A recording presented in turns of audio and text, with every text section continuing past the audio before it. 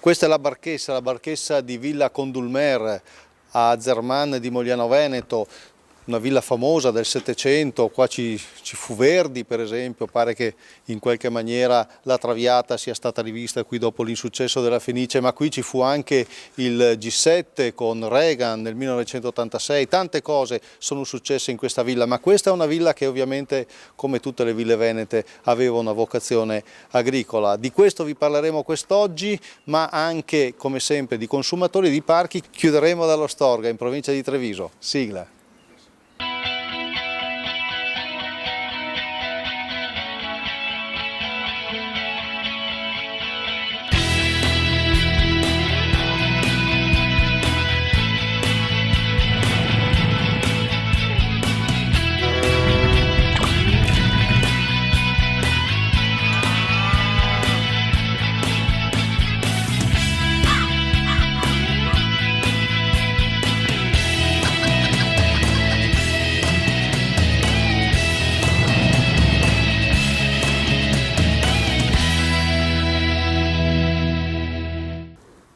Cosa sta facendo Franco adesso?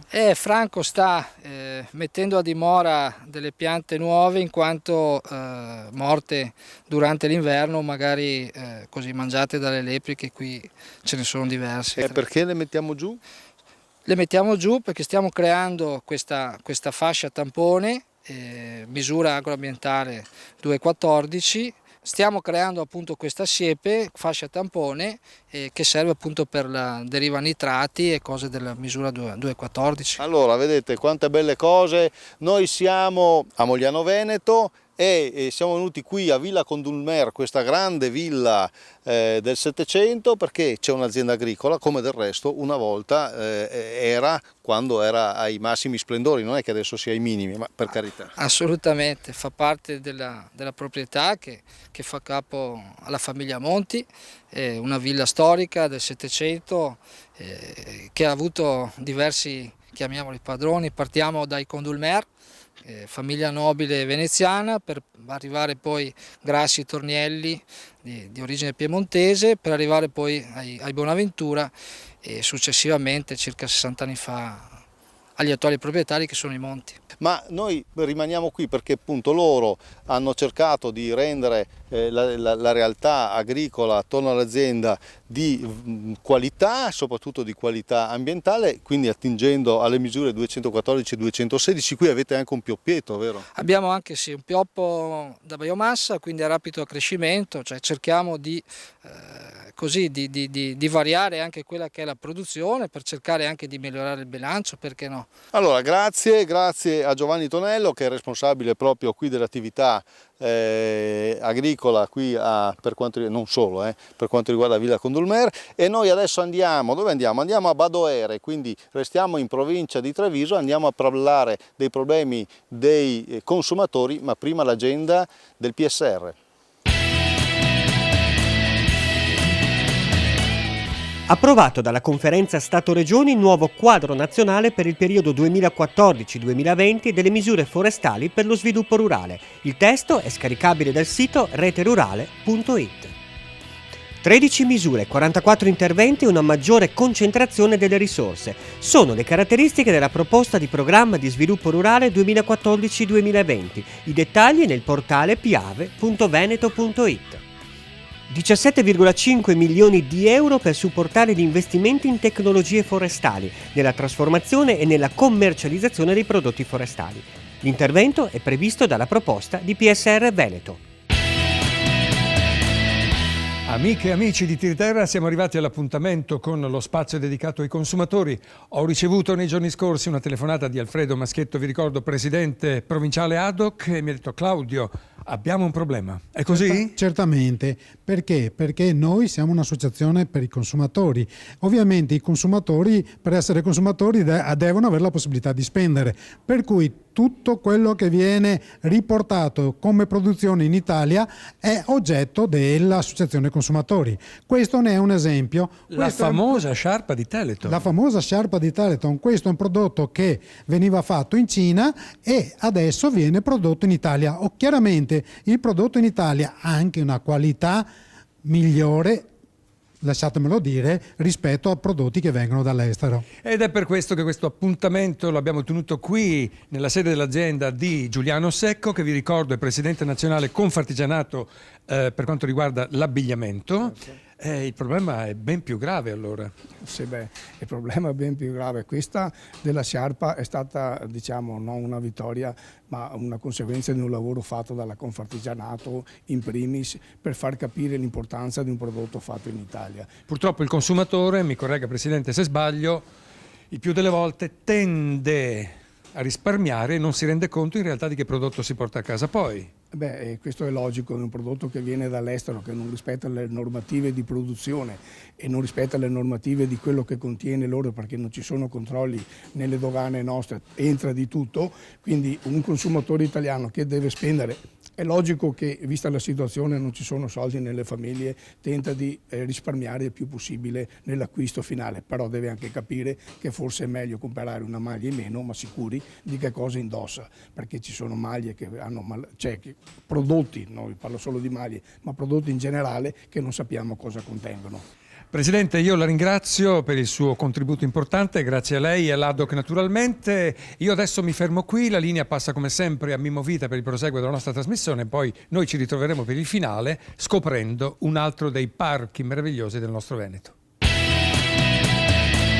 E chi l'avrebbe mai detto che da questa accozzaglia un po' schifosa, se volete anche, di terra, di foglie che sembrano marce, eccetera, si ricava forse una delle cose più buone che il Veneto produce, ovvero il radicchio rosso tardivo, chiamato spadone, di Treviso. E con noi Damiano, vero Damiano? Ora spiegaci un po' com'è possibile che da qui si arrivi a lì. Questo prodotto è un prodotto che viene raccolto dopo la seconda rabrinata nel periodo autunnale, viene toilettato la prima volta nel campo, vengono tolte le foglie più esterne marciscenti, poi viene messo in queste ceste nell'acqua corrente, viene immersa solo la parte radicale della pianta, quindi il fittone. Dopo circa 20 giorni, a seconda della temperatura, abbiamo questo prodotto che è pronto, viene tirato su adesso e viene lasciato il cuore praticamente che è nato nell'acqua per 20 giorni. E quindi capirete perché il radicchio rosso tardivo ha anche un prezzo che è un po' più impegnativo degli altri, vero Presidente? Sì, infatti abbiamo visto e pensate che ci sono 7 passaggi che sono tutti fatti dalla mano dell'uomo, quindi è chiaro che il prezzo lievita e lievita enormemente. Però qui vediamo tanti prodotti, perché tutti questi prodotti? Questi prodotti fanno parte di un progetto molto importante che vede appunto capofila il nostro consorzio con fondi del programma di sviluppo rurale, la misura 133. Ecco, un progetto molto importante questo qua, perché per la prima volta abbiamo messo da parte i nostri campanili, ci siamo uniti proprio per promuovere insieme e per far sì che ogni azione abbia un risultato maggiore. Con questo progetto qua prevediamo presenze alle fiere internazionali, quali il Fruit Logistica di Berlino, a Nuga, abbiamo a settembre Madrid, a ottobre c'è il MAC Frutto di Cesena, ecco, tutti insieme cercando poi di promuovere al meglio questi prodotti qua e di farli acquistare dai buyer anche internazionali. Grazie, e noi continuiamo, restiamo nel Trevigiano, andiamo a Treviso, ovvero il Parco dello Storga. Aumentano le risorse di 150 milioni di euro. Per i nostri investimenti aziendali 800 milioni di euro. Per le start-up agricole dei giovani 150 milioni. Finalmente aumenta l'indennità per gli agricoltori di montagna. Agevolazioni economiche per agriturismi, fattorie didattiche e sociali. Più futuro!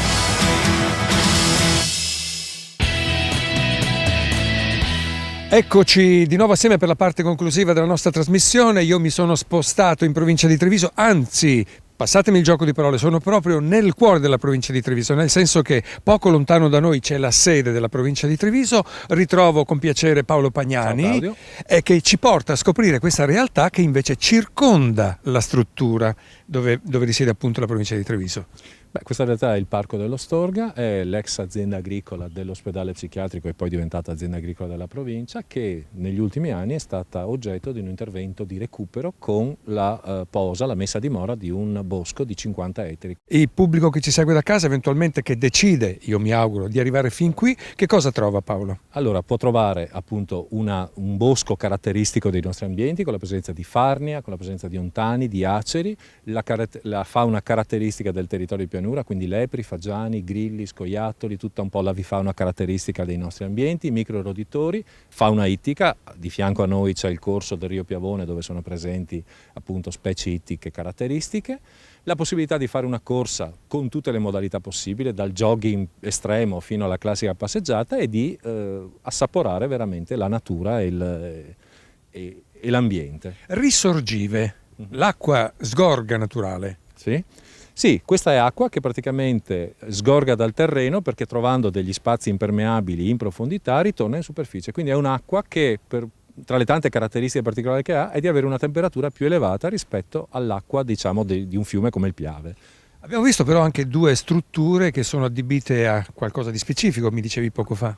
Sì, dietro a noi c'è la sede del Museo Etnografico Provinciale, un recupero di un fabbricato rurale e la messa appunto in opera di un museo dove vengono realizzate mostre itineranti durante l'anno, e per tutto l'anno una collezione di oggetti e materiali della tradizione contadina della provincia di Treviso. Questo è il caso di dire facciamo i complimenti alla provincia di Treviso.